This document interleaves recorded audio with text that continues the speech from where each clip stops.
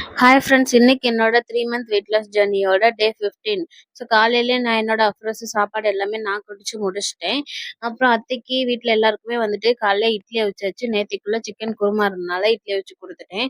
அப்புறம் இன்னைக்கு 2வது நாளாக மதியானம் சிக்கன். ஆனால் இன்னைக்கு ஒன்று இல்லை 2 இல்லை 3 கோழி, முழு கோழியே வாங்கியாச்சு. அந்த காலத்துலலாம் வந்துட்டு இந்த மாதிரி எல்லார் வீட்லேயுமே கோழி வளர்ப்பாங்க. இப்போதான் வந்துட்டு எங்கிட்டு பார்த்தாலும் பிராய்லர் சிக்கன் கடை இருக்கு. அப்போல்லாம் வந்துட்டு கோழியே வளர்க்கலனாலுமே கோழி நிறைய இருக்கிறவங்க வீட்ல போயிட்டு கோழி வாங்கிக்குவாங்க. அப்பல்லாம் எங்க அப்பா அந்த கோழிய கிளீன் பண்ணும்போது, ஆரம்பத்துல இருந்து அது ஃபுல்லா கிளீன் பண்ணி முடிக்கிற வரைக்கும் அப்படி வேடிக்கை பார்த்துட்டு இருப்பேன். அத வந்துட்டு இன்னைக்கு வந்து அத்தை தான் எல்லாத்தையுமே பண்ணாங்க. ஃபர்ஸ்ட் கோழிய வந்து அவங்களே வந்து அத கழுத்த புடிச்சு சாகடிச்சு, அதோட ரோமத்தெல்லாம் பிச்சுட்டு இருக்கும்போது நானும் ஹர்ஷ் குட்டியும் உட்காந்து வேடிக்கை அழகா பார்த்துட்டு அப்புறம் காத்து வேற ரொம்ப அடிச்சிட்டு இருந்தனால ஆச்சியும் சேர்ந்து ஜாயிண்ட் ஆகி 2 பேரும் ஒரு புதர்ல உட்காந்து அந்த ஃபர்ஸ்ட் கோழியோட ரோமத்த பிச்சுட்டு இருந்தாங்க. ஹர்ஷ் தனியா போய் எங்க பாருங்க எப்படி அத வேடிக்கை பார்த்துட்டு இருக்கான்ட்டு.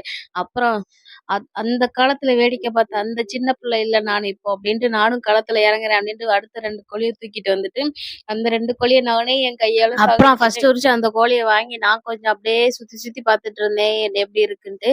அடுத்து நானும் சேர்ந்து உட்கார்ந்து உரிக்கிறேன்ட்டு என்னோட ஃபுல் ஃபோர்ஸையும் அந்த கோழி மேல காட்டினேன்னா அப்படியே சதை தனியா பிஞ்சுக்கிட்டு வந்துருச்சு.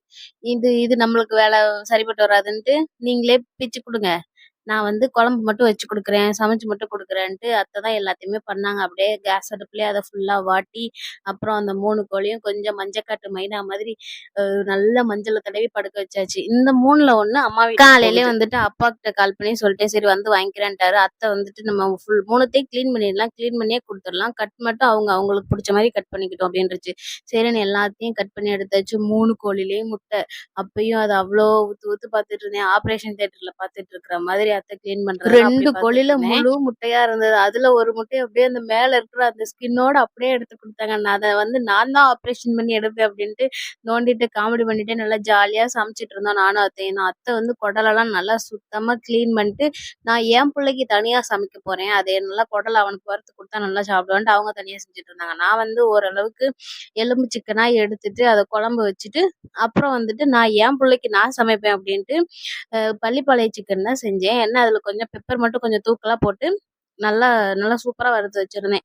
என்ன என் பிள்ளை சாப்பிட மட்டும்தான் மாட்டேன். 2 நாளாக விழுந்துட்டே இருந்த அந்த சாரல் வந்து அவளுக்கு லைட்டாக கோல்ட் ஆயிடுச்சு. அதனால சரி கொஞ்சம் பெப்பர் தூக்கலா போட்டு வறுத்து கொடுக்கலான்னு பார்த்தா அவளுக்கு சிக்கன் சுத்தமாக பிடிக்கவே இல்லை. நல்லா சாப்பிடுவா, ஏன்னு தெரியல சாப்பிடவே மாட்டேன்ட்டா. ஆனால் அவங்க பிள்ளை நல்லா வெளுத்து வாங்கியாச்சு.